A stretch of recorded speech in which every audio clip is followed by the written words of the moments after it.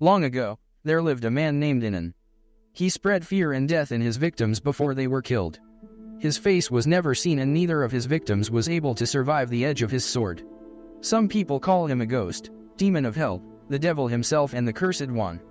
This is the legend of an assassin. The movie starts and we see Inan during one of his missions. The person he is asked to kill calls out his men. We see from the shadow shown on the paper house that Inan is defending his opponent's attacks, and using counter moves against them. He gets to his target and the man starts begging for his life. Inan doesn't heed and kills the man. He tries to leave the place but falls to the ground. At the doctor's place. The doctor tells him that his vein is blocked and that Inan should stop doing combat moves. The doctor then gives him temporal medicines to take. He further says that a cure can be found in the mountains at the north side. The doctor promises to keep Inan's identity a secret. Inan is seen with a lady named Maiha. He is seen having a cultural moment with her. Inan senses assassins moving through his compound. He tries to get his weapon but Maiha places a sword on his neck. Inan swings his sword and cuts Maiha's left eye. He leaves and kills the other assassins in his compound. A year later, he is seen sleeping in front of a man's yard. Some kids prank him and take his sword with his belongings. He moves to go find them and he sees some men harassing a woman named Ona. The woman calls for help but Inan ignores and leaves. Just as the woman was about to be struck, Inan came and caught the hand of the woman's attacker. He asks the men to leave politely but they refuse.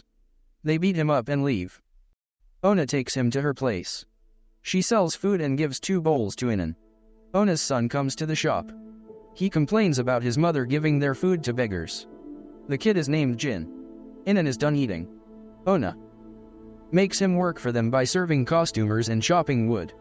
He sleeps by Jin in the evening and Jin tells him that he wants to be an assassin. This causes Inan to remember his first kill. He leaves in the morning to get his belongings. He meets a man named Lu.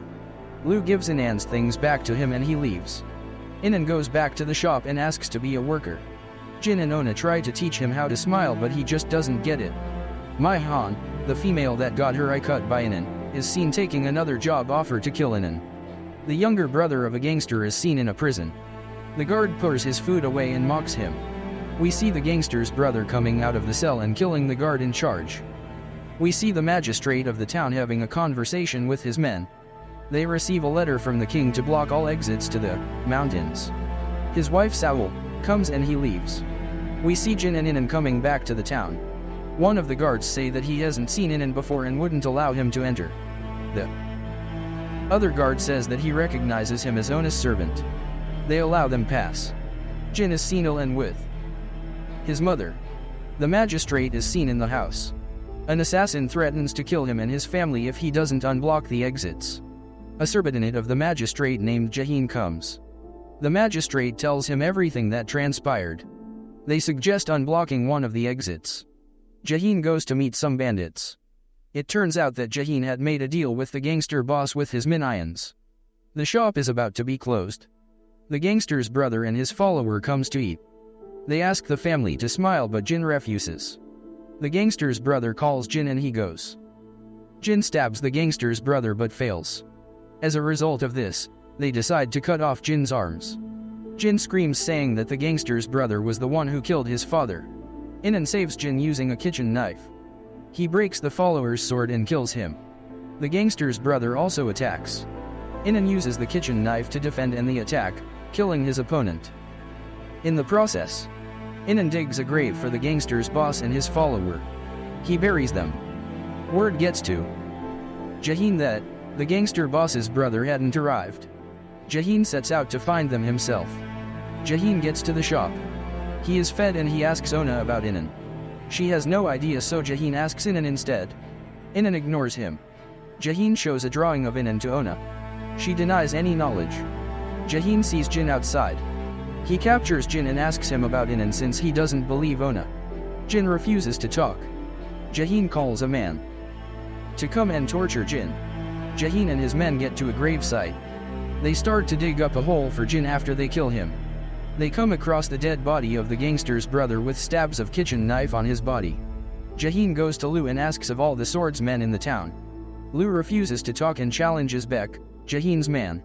Beck cuts off Lu's right hand and threatens the children. Lu has no choice and tells everything about Inan.